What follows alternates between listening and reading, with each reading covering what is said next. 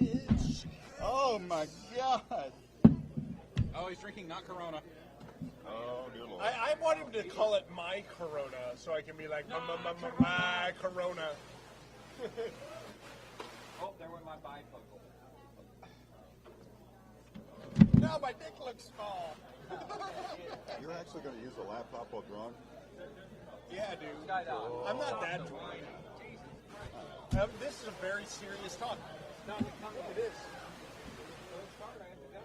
What's up, 80? I just work here, not Larry. I'm not in charge.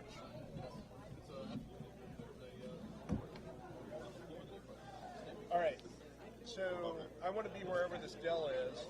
I need power. That's going to be a necessity. Tennessee Titans, eh? Get out of the way before you start throwing all that shit all over the place. I didn't.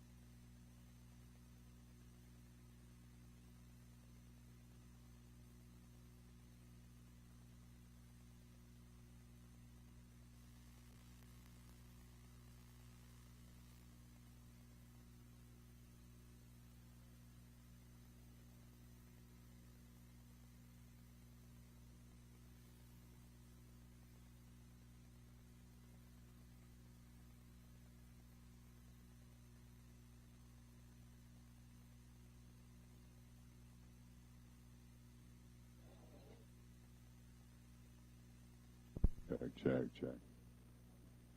Hey, ladies and gentlemen, if you don't mind, you come on in and make your way up towards the front, get a good seat. This is always a good time. Decius is going to do his drunken rant. So, oh my good. Hey. So I just got a text message at the Hacker Consortium shooting gallery upstairs. The new high record is 240 points with a single clip. So if someone can find me Bruce Potter, Bruce has got to man up and beat 240.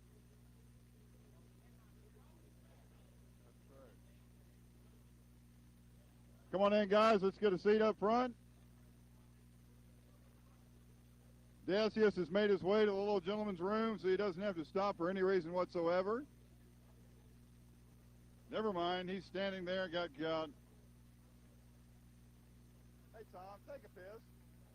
Not here, but, you know, bathroom.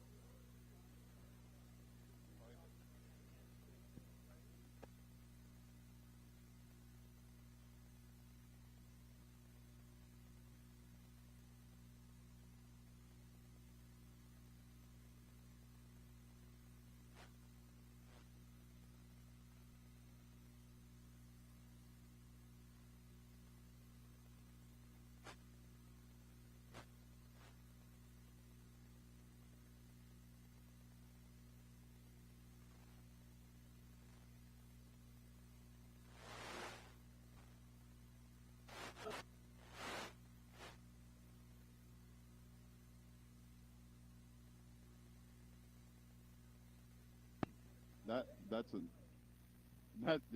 just sick. Uh-oh. Hey, everybody. Can I have your attention, please? We have a little bit of a lost and found. We have a Fujifilm FinePix Z. Really, really nice camera here. Is that your camera? So tell me what the first picture is on it here. Of yourself? This is not the penis shot, is it? Why is it sticky? Dude, it's the back of a car. That's not... No. Camera shot. Let's see. Penis. Hey, man, I'd have that mole removed. It doesn't look good. Okay? Oh, that's not a mole? I'd have it enlarged then. You're welcome.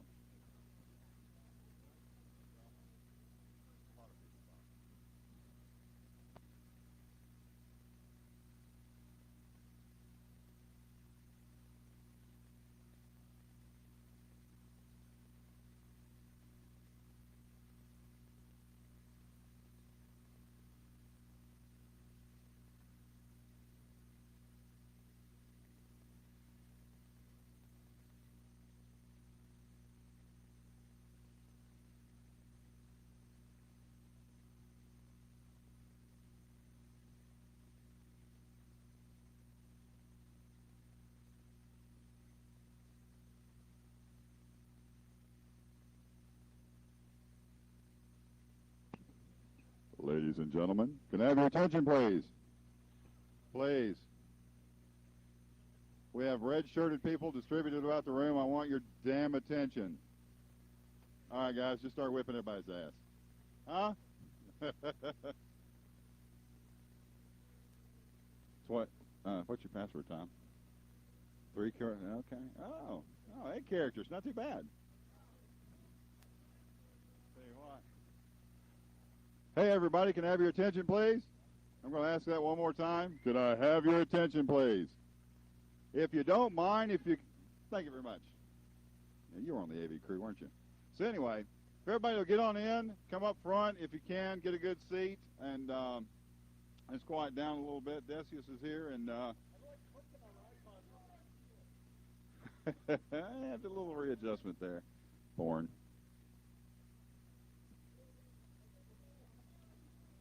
This is kind of scary.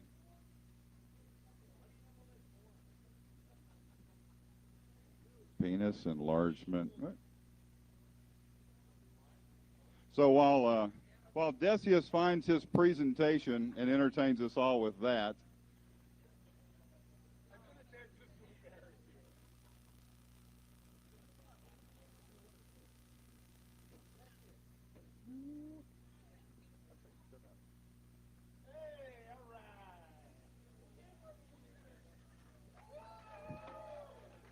actually, in the real world, that'd be $250. Thank you very much. I'll send you an invoice.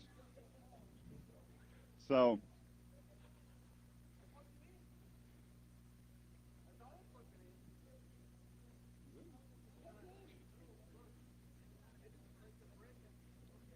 you're fine. Don't scare the boy. So anyway, who knows and who doesn't know who Decius is? Let's see your hand if you know who Decius is.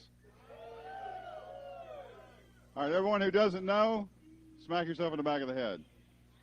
So, so every year when we actually set the date for PhreakNIC, it's based on when the Titans football schedule is.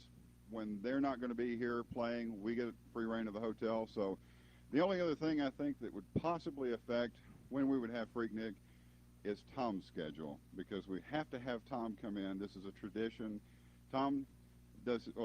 Decius does his drunken rant, and every year it's, hey, man, do you think you can do this? Yeah, no problem. We get him, oh, dude, you didn't get prepped or something? Okay, just checking, man. Hey, I swear to God, let's see. Let's, 2 different times. There we go. Absolutely. You know, we have some really cool swag. Everyone got one. If you'd been here earlier, you could have got the bottle. Never mind. I'll get back to that. Who's got one in the crowd? Anybody got one of the bottle openers? See, everyone put it in their room so they wouldn't drop it when they were drunk. There you go. Got one he can borrow? We got the proper equipment. Oh, there we go. Proper equipment for the party. All right. There we go. You know. There we go. So, with great pleasure, I'd like to introduce Decius. And, sir, thank you very much for making the trip out. Make it worthwhile every year. Thank you very much, Skydog. Skydog is old school. Everyone give Skydog a fucking round of applause, because all I have to do, seriously, all I have to do is get drunk and, like, talk about some bullshit. Actually running this con is hugely difficult. And I did get involved 1 year with Scott, like PhreakNIC 6. We worked on organizing everything. It was a huge pain in the ass. We got double-crossed by these political hotel manager people. It was really fucked up. And, you know, I was like, I'm not being sad. So I really appreciate those who are willing to put in the effort to make this happen, because it's actually a lot of work. So thank you very much, Skydog, for making this happen, because we all enjoy it. Give the man a round of applause. He did much more than I did. So, thank you. What? So, look, here's the thing. How many of you were at SummerCon? Or how many of you have seen this talk before? Raise your hand if you've seen me talk about this. A couple of you. Okay, not that many, so that's good. So let me explain. Here's the thing. I have talked about this subject before. This is U.S. government searches of laptops at U.S. border crossings. That's what I'm talking about. I talked about it in a PhreakNIC 2006. I had, it wasn't the focus of that talk, but it was part of the talk. It was about places where the Fourth Amendment doesn't apply. And I had about 8 slides on this particular context, which is when you're crossing the border. At SummerCon, I had 14 slides. At HOPE, I had 30 slides. And like, basically, like, I did this talk at SummerCon because I knew it was a big deal, and then a bunch of shit happened, and it ended up doubling my slide count because I have to cover everything that has gone on this summer. Actually, things are still going on with this subject. So at HOPE, I had 30 slides. At EFF Forums at DragonCon, I had 34 slides, and this presentation has 42 slides. It is a good number. You're right. No, I'm just telling you that if you saw my talk at HOPE, which you did, that there are at least, 12 slides that you haven't seen, so you might as well stick around. That's the purpose of this particular slide.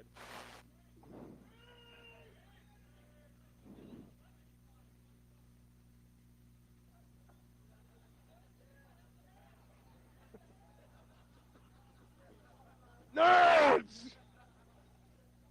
So, whoa, I skipped a slide.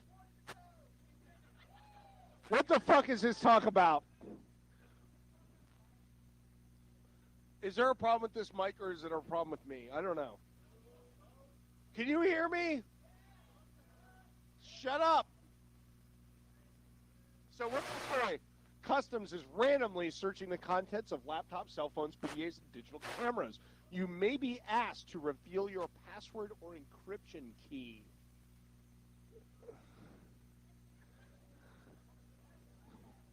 Sometimes items are seized and returned without explanation weeks or months later. The Association of Corporate Travel Executives says that 7 out of one of 100 members surveyed had electronic seized. Okay?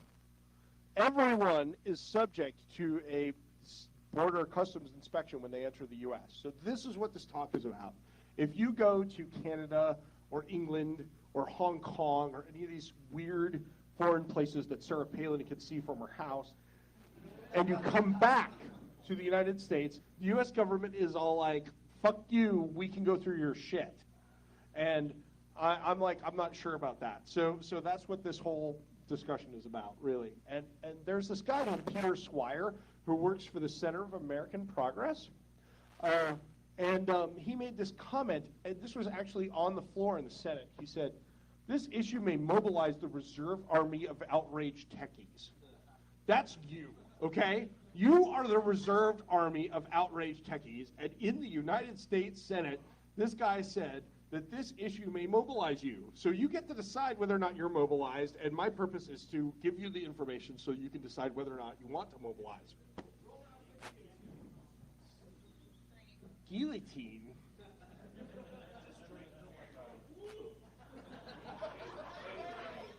So let me explain, let me give you an anecdote. When I was, this was a long time ago, I traveled to Australia.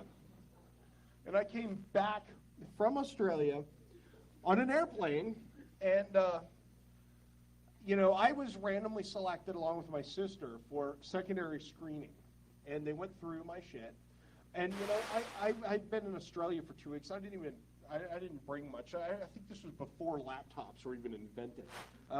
They went through my stuff, and they started pulling stuff out of my bag. And they would pull each item out of my bag and hold it up, and they'd be like, "Is this yours? Is this yours? Is this yours? Is this yours?" And so what happens when you're getting questioned like that is you just get in this mode of saying, yes, yes, it's mine, yes, it's mine, yes, it's mine. And you stop paying attention to what item they're asking you about. And so, if they reach under the table and grab the bag of Coke and they hand it up, you're like, yes, it's mine. Wait a minute, no. And they're like, yes, you already said it was yours. So I felt the whole process of the questioning was a little questionable, if that makes any sense. And I was kind of pissed off that they went through all of my shit. I'm a U.S. citizen. I'm on United States soil. I was at LAX. And, I'm here in America. Why are you searching my stuff? You have no reason to suspect me of having committed a crime. And so I was a little pissed off about that after, when I got home. And I had some other things to deal with at the time. But when I got home, I decided to go, do some research. And I went to the U.S. Customs Service website, and they had a fact about this. If you've been searched at the border. And the first thing on their fact, and this was around the turn of the decade. This was around 2000, 1999. Excuse me. They said, "Why did you seize my Beanie Babies?" That was the number one question on the U.S. Customs Service fact. Beanie Babies were very popular at the time, and, there was no licensed international distributor for Beanie Babies. So if you went to Taiwan and you were hanging out in the Taipei night market and there was a booth that sold Beanie Babies for like 12 cents a piece, and you bought like 1,000 of them to bring back to sell all the housewives in your neighborhood. I'm going to get to that. I'm going to get there. The thing is that, there were these, every once in a while, I'm drinking. A woman would come in from Taipei with a suitcase full of Beanie Babies, and they would seize them all. And they're like, "Why did you seize my Beanie Babies? It's not like it's cocaine or something. It's just fucking Beanie Babies." And, the bottom line is, and this is very important, a lot of U.S. Customs law enforcement has to do with protecting the intellectual property rights of U.S. corporations.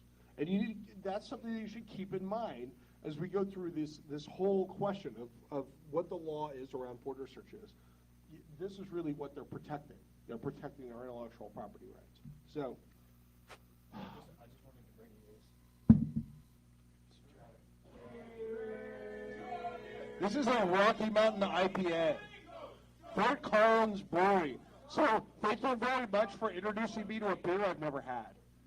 If you bring me a beer I've never had, that's cool. I like that.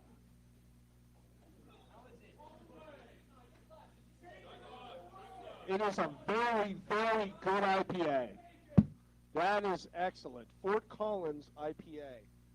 Okay, so the other thing that I learned while I was trying to figure out what the fuck happened to me at LAX, this is the Fourth Amendment, and these slides were from, who saw my talk in PhreakNIC 2006? Who remembers it?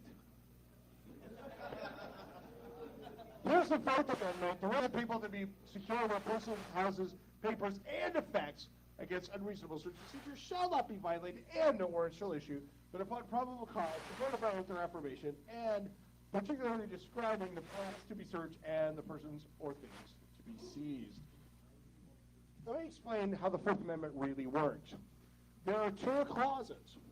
The first one says that the right to be, secure against unreasonable searches and seizures, is protected. And the second clause is that if you want a warrant, you have to establish probable cause. There is nothing about the Fourth Amendment that says that you have to have a warrant in order to do a search. It just says that if you want a warrant, you have to have probable cause. It doesn't say what you need a warrant for. And so the court system is essentially interpreted that it's up to us to decide when a warrant is required, and we can decide this however we feel like. And so there are certain contexts in which a warrant is not required, in which the searches are considered presumptively reasonable. And, my view is that as we continue to descend into a, Orwellian nightmare, that, it will eventually be the case that all searches are presumptively reasonable, and that the warrant concept is just this ancient thing like the Second Amendment that we view as being sort of obsolete, and we don't necessarily enforce. That's where we're going. But we're here now. You won't live to see that, fortunately. What we can do is try to slow down the process toward dystopian nightmare. The border is a place where the Fourth Amendment doesn't necessarily apply, or at least in the way that we usually think. So here's the Supreme Court. Generally, searches made at the border are reasonable simply by virtue of the fact that they occur at the border. Okay? Doesn't matter what they searched, doesn't matter how they searched it. It's reasonable because it was at the border.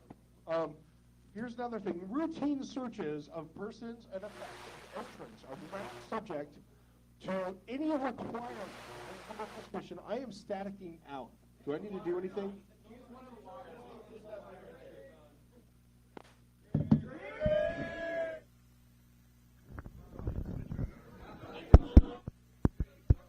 This mic is on, and this is way better. Yeah!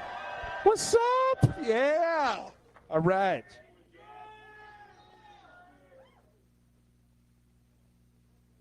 I really like Yazoo. Okay, not far from here is the Yazoo Brewery. Go there and order the pale ale fresh, because the hops are just so much more expressive when the beer has not yet been bottled. You've got to experience this if you're a beer nerd, if you were in Dolomites talk. Absolutely highly recommended. And even, what were we talking about? Routine searches of the persons and effects of entrance are not subject to any requirement of reasonable suspicion, probable cause, or warrant. Okay? So that was 1985, in like the midst of the drug war. They sort of declared that you can search people at the border at random with absolutely no justification. So here's the thing. There is some limited constraint on the ability of border guards. Holy shit, I'm not even into this IPA yet. Thank you very much. This is arrogant bastard. Thank you very much. That is really cool. So people are bringing not just alcohol for me to drink, and I'm pretty sure Not Larry slipped something into this not Corona that he served me. But not just random alcohol, but like really good shit that they either like they have good taste in beer, or they brewed it themselves, and I'm very happy about that. So thank you very much. I'm totally going to run over time. So reasonable suspicion is really the matter at hand.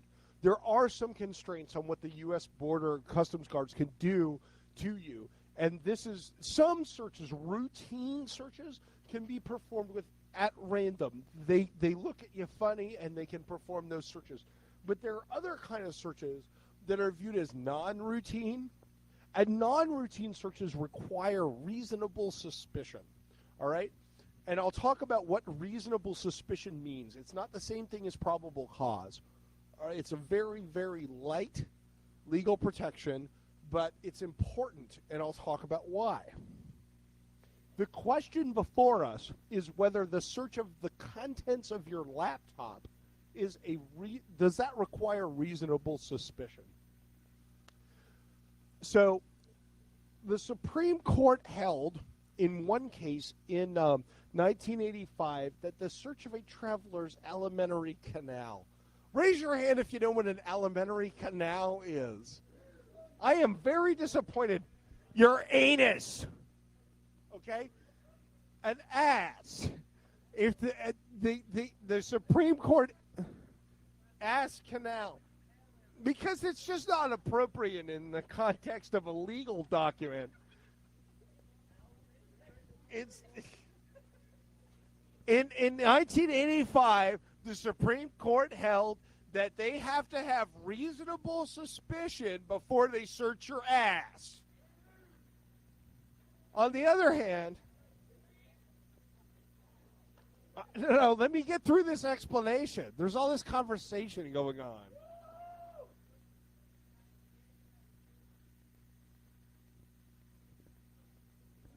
What happened was, I'll explain what happened. You asked. This woman was coming in from Colombia, and she looked hot, and that was like what they were looking for at the time. I'll get to that in a minute. And so they said, hot chicks from Colombia get filed for fucking secondary screening. And they were like, you swallowed balloons full of cocaine. And she's like, no, I didn't. And they're like, well, guess what? We're going to put you in this office for 24 hours. If you don't shit out any balloons full of cocaine during that period of time, we'll let you go. Oh, yeah, that's awesome. So they fucking kept this woman in this office for 24 hours. So inevitably, in fact, she did have to go to the bathroom, and in fact, she did swallow balloons full of cocaine. But the government, the Supreme Court doesn't like it when you lock a person in a fucking office for 24. I mean, it was pretty bad. So, and that's where they carved out this exception, and they said that you want to search someone's ass, you have to have an articulable reason why you suspect them. All right? You can't just be like, we're searching your ass. On the other hand, look, reasonable suspicion is not required. This is from 2004, all right? This is your Supreme Court right now. The Supreme Court has held that reasonable suspicion is not required to remove the gas tank from a vehicle. All right? They can fucking, if you're driving in here from Canada and you stop in Detroit, they can take the goddamn gas tank off your car and take it apart without any reason to suspect you. They can do this at random. Yes, they do put your car back together to the extent that they can. Some damage to your car is, perhaps accepted.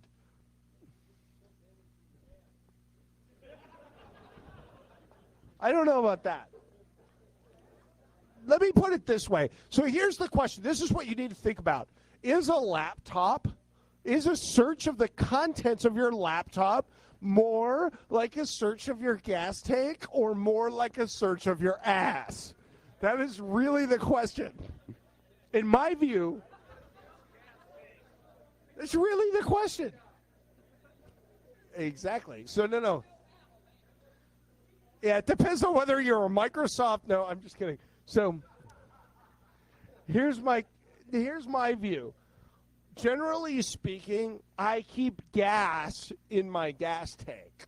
And so the government search of my gas tank is not particularly intrusive from a privacy perspective. Some people say that a computer is a piece of physical property and a gas tank is a piece of physical property, but your ass, that's your ass. So their perspective is that like, a search of your laptop should fall under the policy of a search for your gas tank because it's a piece of property. My perspective is different. I think that's fascist bullshit. My perspective is that my gas tank usually has gas in it, and I don't really give a fuck if the cops look at my gas. All right? It's very unlikely that I have something in my gas tank that's of a particular interest to my privacy. But my laptop has all my personal correspondence. It's got all my pictures of Anna. So, so in any event, nicely done. I need your name here, please. Well, I need to read this out loud. I've been asked to sign something. First, I need your name. No, I need to read it See first. the form until you put your name. I'm sorry, I'm not signing anything I can't read, Say sir. no. I have to read it first. No. This is saying is that I've presented you with this form. Okay. Say that again. All this list is saying is that I've presented you with this form. Okay, I'm signing that he presented me with the form. This is on film. I want you to print your name, or whatever name you choose. If you've got the balls to use your name, that's great.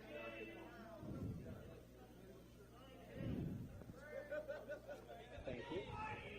Now, if you'd read this, and if you're comfortable with it, please sign. I state your name, solemnly swear or affirm. What is the difference? To support and defend the Constitution of the United States and the state of Tennessee and my state of residence. You know, Thomas Jefferson once stated that Tennessee's Constitution was one of the best that they'd crafted.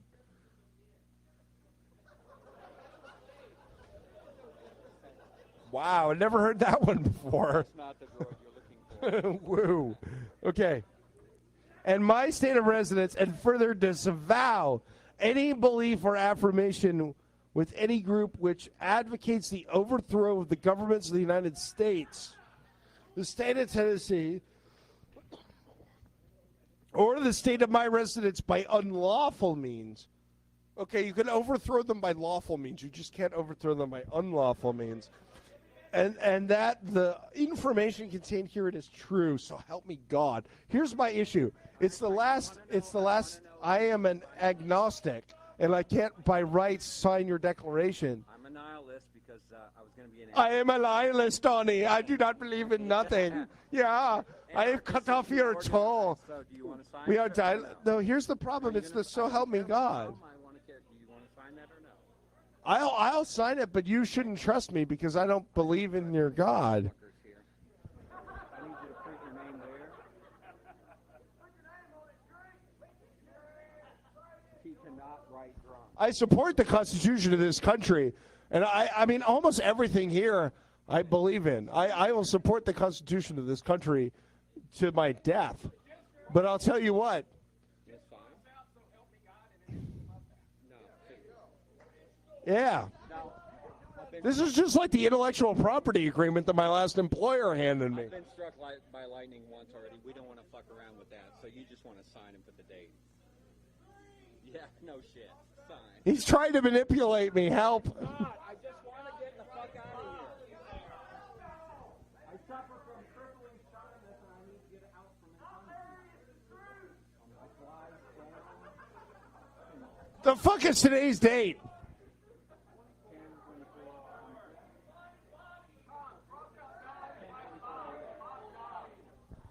Who's going to witness that?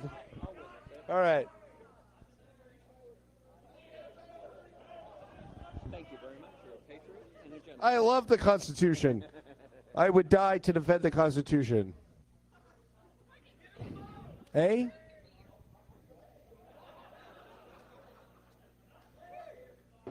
So who thinks searching a laptop is more like searching a gas tank? Who thinks searching a laptop is more like searching your ass? That's what I thought. You know what? There's a bunch of fascist assholes who think it's more like searching a gas tank, and fuck those guys. So here's reasonable. This is a question. What does reasonable suspicion mean? Even if we win this argument and we say that searching a laptop requires reasonable suspicion, what does reasonable suspicion mean? All right? Here's reasonable suspicion. United States versus whatever the fuck. Woman from Colombia. She arrived from Colombia. She was traveling alone. She had only one suitcase and nothing to declare. All right? She was young, clean looking, and attractive. And she was wearing a loose fitting dress. Reasonable suspicion. Reasonable suspicion. Clearly, yes, she was. She was, in fact, she had, in fact, taped coke packets to her abdomen. She showed up at the airport with cocaine satchels, or whatever the fuck you call them, taped to her stomach. And so they busted her ass. She was guilty. I'm just saying, this was accepted as reasonable suspicion. But this is the problem. This standard keeps getting established because they get somebody who's guilty of sin, and they go up in the court, and they said, we searched them. You know, they now prosecute innocent people. This is the thing. You don't get to fight civil liberties issues with respect to the search of innocent people because they don't get prosecuted. It's the of standing. Sir.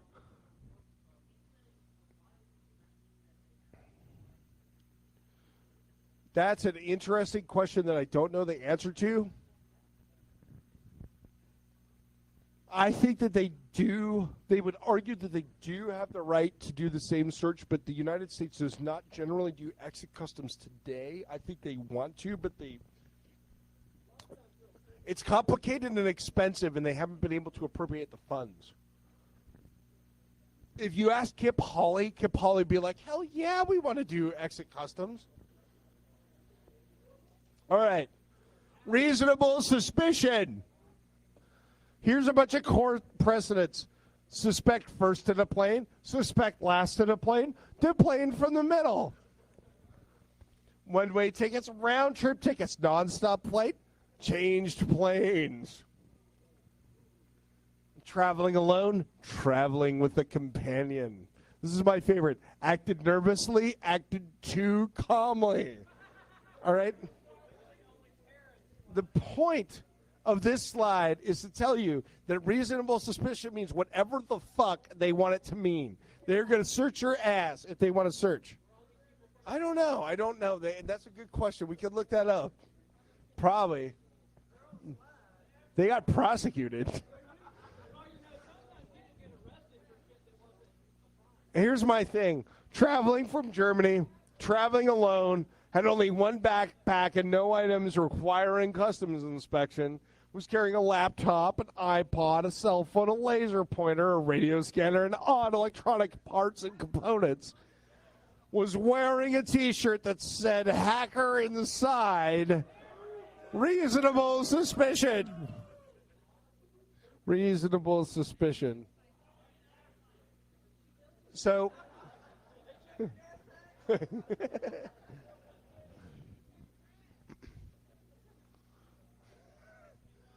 So here's the question. Reasonable suspicion is such a weak standard. They can establish it so easily. Like, who cares if it's required? Here's why this matters. Do you people even care what I'm talking about? This is your freedom I'm talking about. So if reasonable suspicion is required, then they can't do it at random, which means it will happen less frequently and there won't be a quota, okay? They won't be able to say, we're going to search 5 guys off of every plane. They have to fucking come up with a reason for every person that they search. The other thing is that they can't do it to everybody. The way the law is written, they could literally search everyone's laptop. Now imagine, a technological future in which the duplication of hard drives is almost instantaneous, all right? Is that unreasonable? It's not entirely unreasonable. Generally speaking, the bandwidth that your computer has to communicate information is much smaller than its capacity to store it. But say there's some technological imbalance and suddenly the bandwidth, particularly for short-range transmission, goes very high. And I can easily duplicate your hard drive just instantaneously. Under the policy that we have, we could fucking duplicate everyone's hard drive coming into the country and sort it out later. Is that a reasonable thing? Is that a reasonable policy for us to have? Because the decisions that we make about whether or not these things are constitutional, those decisions are going to stick with us for a very long time. That's going to be the world that we have to live with, irrespective of the technological change. There's a question in the back.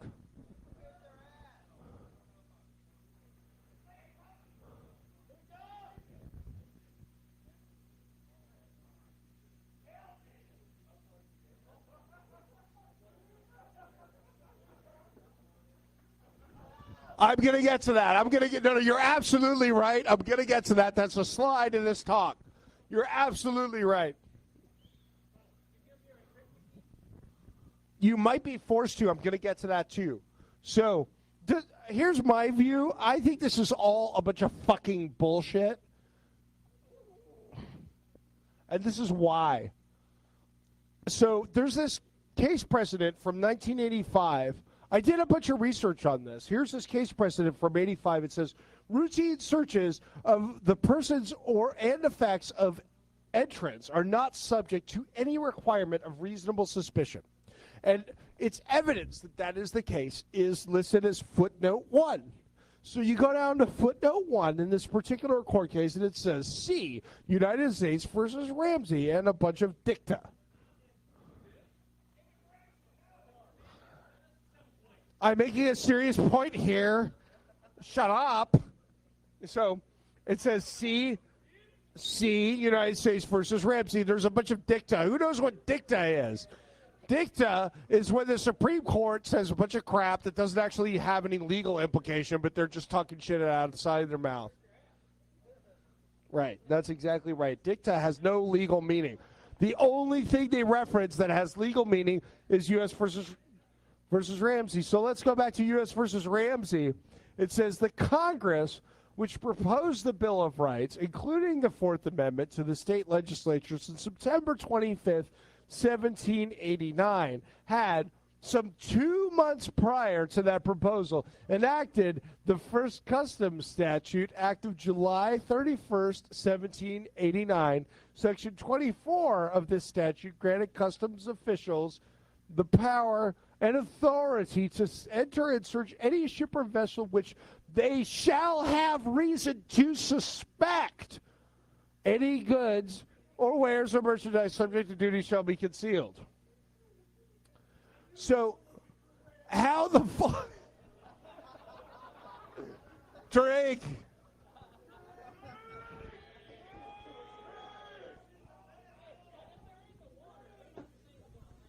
No, it's the same. It's the same.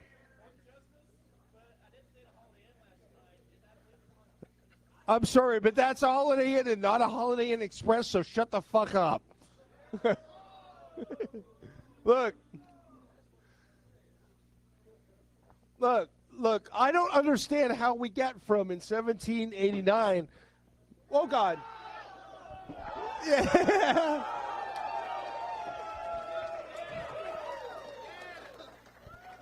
I don't understand how we get from shall have reason to suspect to know to let's go to 1985. You know, I'm going the wrong way, aren't I? Yeah, no requirement of reasonable suspicion. This doesn't make any sense. It's a fucking leap of logic. I'm serious. This is a leap of logic that the fucking Supreme Court made in 1985. They went from reasonable suspicion in 1789 to no concept of reasonable suspicion in 1986, and there was nothing in the middle. It's fucking bullshit. They should require reasonable suspicion in any context where they're searching your stuff. That is what the founding fathers believed in, and that's what I believe in too. Yeah. You guys aren't taking me very seriously, so.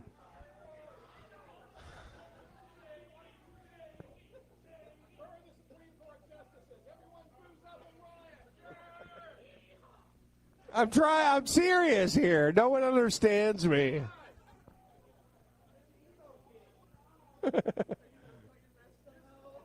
Look at my coat. Shut up! So here's United States versus Arnold. This is why this whole subject has come to a head. Let me explain how this happens.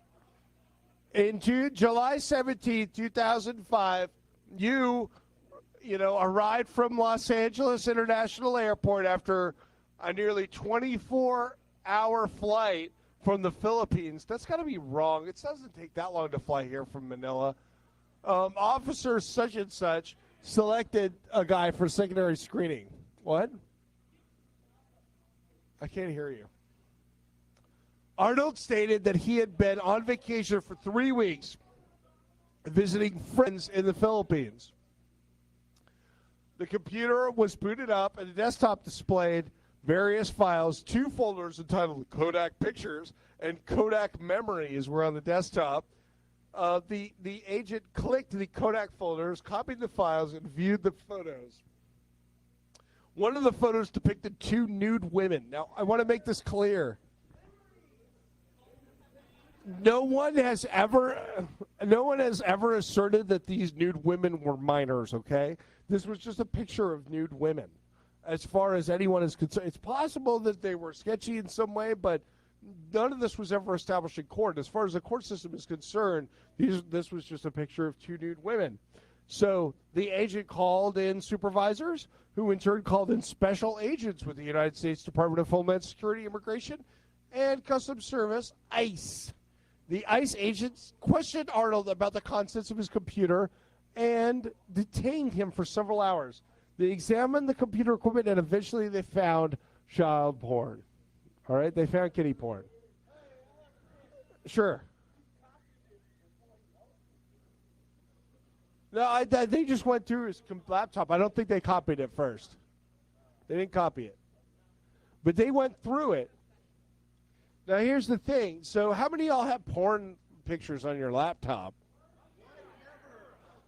How many of your pictures of 2 women naked on your laptop? I know that you're lying. You're liars. You're lying. More of you should have your hands up. I don't believe you. Yes.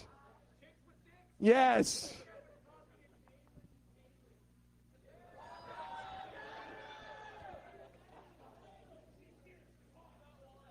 All of you should be selected for secondary screening. So this thing went to court, right? And there's 2 views of this prior precedent.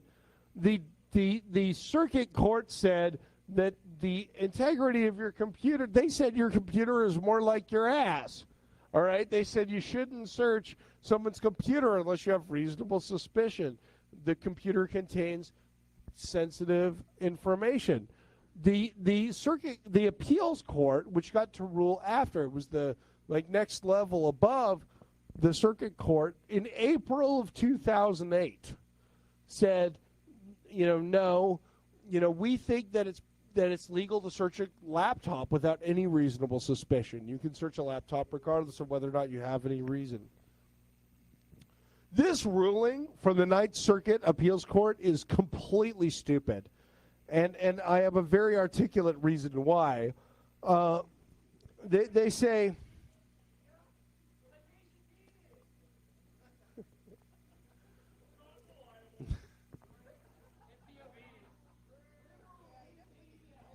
No, but the reason I'm referencing Wikipedia here specifically is because they are being unreliable. This is an example of Wikipedia being partisan. What they say in Flores, Montana, which is the case that's referenced by this result, is that what they say is that searches of vehicles crossing the border, this is the case where they have the gas tank, they say searches of vehicles crossing the border do not have the same protection as searches of other things. And what this Ninth Circuit Court did is said, okay, so we can replace the word vehicles with property. And what Wikipedia does in their article about this lawsuit is they actually put the word property in brackets where the Supreme Court actually said vehicles. And so the Supreme Court is saying that you can search a vehicle. I could get into this complicated dialogue about like mobile homes. There's all this bullshit about mobile homes and whether a mobile home is a home or a vehicle, and it's interpreted as a vehicle, and the rules about vehicle searches are limited because vehicles can move to different jurisdictions. But none of that shit makes sense in this case. It doesn't make sense because this wasn't a vehicle, it was a laptop. What?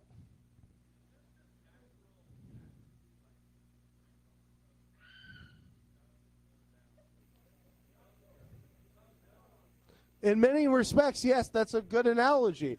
I mean, what happens over time if no one pays attention is that these guys who want to prosecute these people, yes, these guys are guilty. And so you go in front of a judge with a guilty person over and over and over again, and you say, well, I mean, our search was legitimate because, look,